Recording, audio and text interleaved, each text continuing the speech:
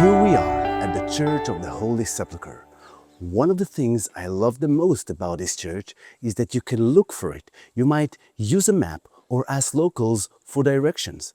But most likely, you'll get lost in the so many alleyways and markets of the old city. And suddenly, with no preparations, no signs ahead of you, here it is, the Holy Sepulchre Church.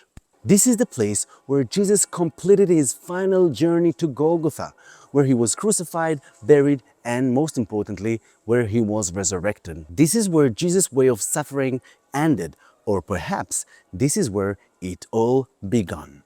Theologically, one could say that the importance of Golgotha for Christians is as important as Mount Sinai for the Jewish people. On Mount Sinai, God appeared to all of Israel and gave Moses the tablets of the 10 Commandments and the 5 divine books of the Torah. On Calvary, on this very hill behind me, the suffering of the Savior Jesus came to an end.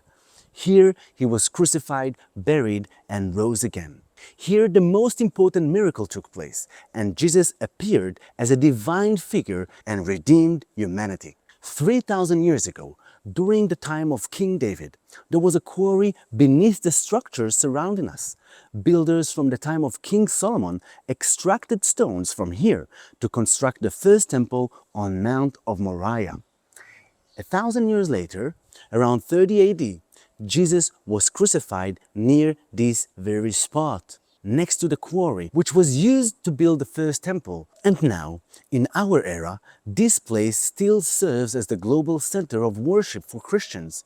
People from all over the world come to Jerusalem, drawn to this church. For them, it's the Holy of Holies. But not only are people magnetized to this church, churches from all denominations and from all over the world drawn here as well. I'm talking about Ethiopians, Assyrians, Coptics, Orthodox, Catholics, Armenians, and many more. All these denominations build their churches and monasteries and centers adjacent to the Holy Sepulchre Church, in a way that their structures are actually attached to the Church of the Holy Sepulchre, and therefore the Holy Sepulchre Church is a windowless church. And the only windowless church in the world, at least that I know. And the only place where we can see the church itself is right here in front of this facade. And we, like all the Christian denominations, are magnetized by this church too. I am a tour guide specializing in Christianity in the Holy Land. But even so, how can I be certain that this is the exact location of Jesus' tomb? One could argue that 2 billion Christians believe it to be so. Shouldn't that be enough?